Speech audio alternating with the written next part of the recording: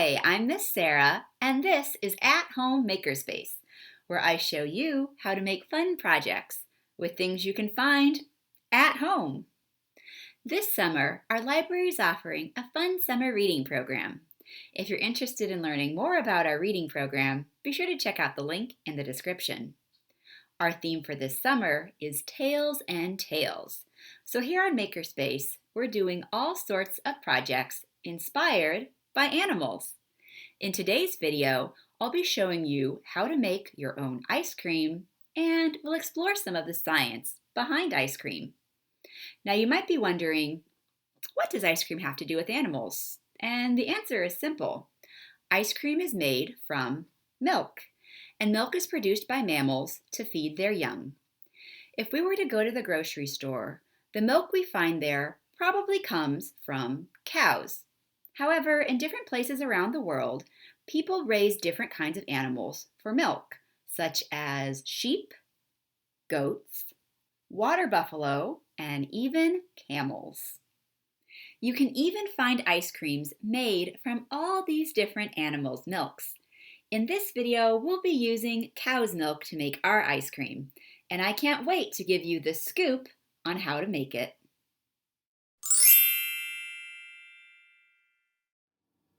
Before we can understand the science of ice cream, we must first look at the science of milk. If we could zoom in on this glass of milk, we would see that milk is made up primarily of fat and protein suspended in water. Cow's milk contains about 3.5% milk fat. When fresh milk is left to settle, the fat will actually rise to the top because it's less dense than the water around it. This creates a high-fat layer of cream at the top and a layer of reduced fat milk at the bottom. If you have access to milk fresh from a cow, you can actually try this experiment to see the cream rise to the top. Unfortunately, this won't work with milk you buy at the grocery store. That's because milk from the grocery store goes through a process called homogenization, which basically means that all of the milk fat is broken down into very small particles that are so small they stay suspended in the water rather than rising to the top. And speaking of the grocery store, when you go there, you've probably noticed that there are lots of types of milk, like whole milk, 2% milk, and skim milk, as well as different kinds of cream, like light cream, whipping cream, and heavy whipping cream. All these types have different amounts of milk fat, and if you're interested in learning more about the different types and how much milk fat they have, be sure to check out the link in the description. For our ice cream today, we are going to be using half and half, which is a mix of milk and cream and contains between 10.5% and 12% milk fat. Let's go ahead and make our ice cream.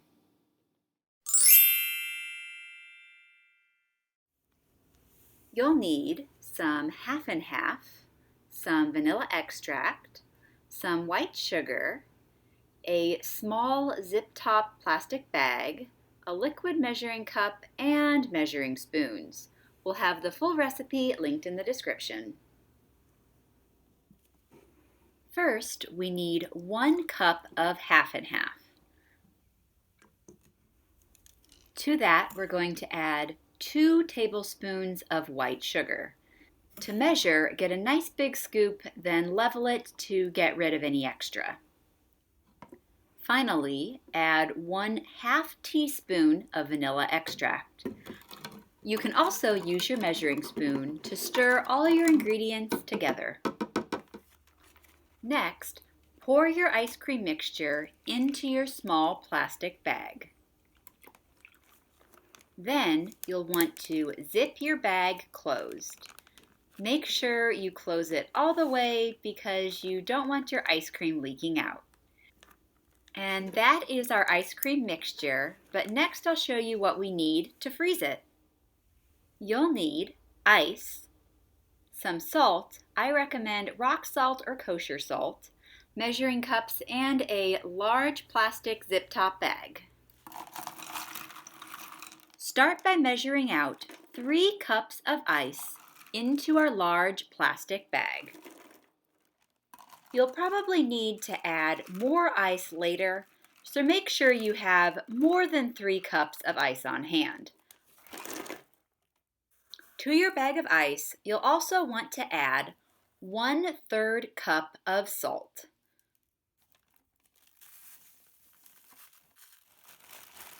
Then mix that ice and salt together. Finally, place your smaller bag with the ice cream mixture inside of the larger bag with your ice. Then zip your large bag closed and begin to shake. If your hands get cold, you can grab some gloves or oven mitts.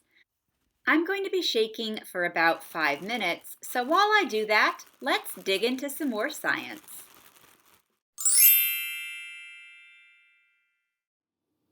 Some of you might be wondering, why did we add salt to our ice? And the answer has to do with temperature. Normally, ice will melt at 32 degrees Fahrenheit. This means that our ice cream mixture can only cool down to about 32 degrees. However, if you add salt to ice, it changes the temperature at which ice can melt. It actually decreases it to 28 degrees Fahrenheit. So if we add salt to our ice cream mixture can now cool down to around 28 degrees, meaning it will cool down faster and you don't have to shake as long.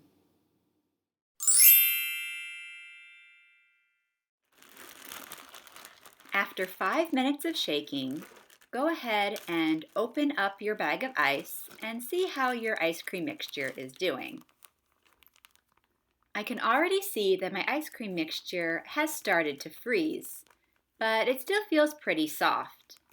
Let's go ahead and open it up and see what the texture looks like inside. Okay. So I can tell that my ice cream has frozen, but it is still pretty loose and watery. So I'm going to close my bag of ice cream mixture back up and add some more ice to my larger bag. Don't worry about adding more salt. There should be plenty left over from earlier. Then I'll put on my oven mitts and shake for another 5 minutes. And while I do that, let's answer another question. Some of you might be wondering, why do we need to shake our ice cream? Well, shaking our ice cream mixture actually does 2 really important things. First, ice crystals will form where the ice cream mixture is coldest. This means they'll form around the sides of the bag, which are directly next to that cold ice. By shaking our mixture, it moves those ice crystals into the middle of our mixture, helping everything to freeze more evenly. Second, it helps with the texture of our ice cream. So if we just threw our ice cream mixture into the freezer and let it freeze, we would actually end up with a hard block of cream rather than the smooth ice cream we're used to. And that's because when we shake our bag, we add an extra ingredient, air. Air is that secret ingredient that gives our ice cream its soft, smooth texture. To learn even more about adding air to ice cream, feel free to check out the link in the description. And now I think it's time to see if our ice cream is finished.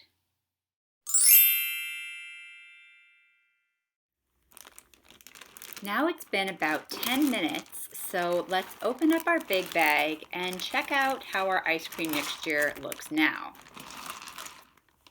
I can already tell that it's feeling a lot more solid than it did after 5 minutes. Let's pop it open and check out that texture. Okay, that looks like ice cream. It definitely doesn't seem as watery as it did before. I think this ice cream is ready to eat. So go ahead and grab your bowl of choice and scoop out a serving of ice cream. Doesn't that look good? And now that our ice cream is finished, feel free to add some toppings of your choice. For toppings, I recommend using syrups like chocolate syrup, strawberry syrup, or in my case, the syrup left over in a jar of maraschino cherries. I'll also be adding some chocolate chips. So what I'm going to do is pour a small amount of the maraschino cherry syrup into my ice cream and mix it up.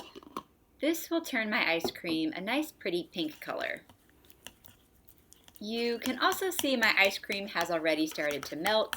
This ice cream melts really quickly, so if you don't plan to eat it right away, pop it in the freezer for a little while.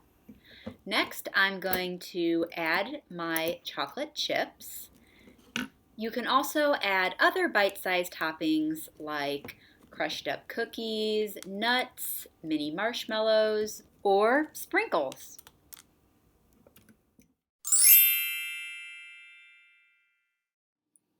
So now that we've made our ice cream and learned about the science behind it, let's eat.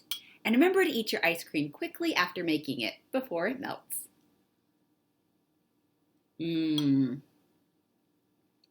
Tastes like summer.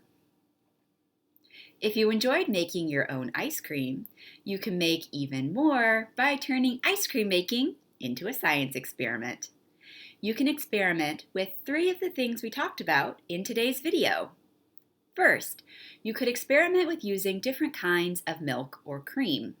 Does using something with less milk fat, like whole milk, or more milk fat, like whipping cream, change your ice cream? Second, you can experiment with the salt we've added to the ice. How much longer does it take to freeze your ice cream if you don't add any salt to your ice? And third, you can experiment with how much you shake your ice cream mixture. Compare the texture of an ice cream that you've shaken vigorously against an ice cream that you have shaken only a little bit or maybe even not at all. Also, how does shaking affect how long it takes for your ice cream to freeze?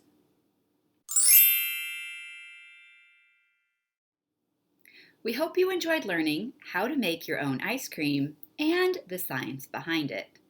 If you do make your own ice cream, we'd love to see it, so please take a picture and share it with us at the library. You can do so through our Facebook at www.facebook.com/FHCPL. Through our Instagram, our handle is @FHCPL, or you can send us an email. Our email address is makerspace@findlaylibrary.org. Remember to sign up for our summer reading program and log all your reading. We hope to see you again soon in a brand new video. Bye!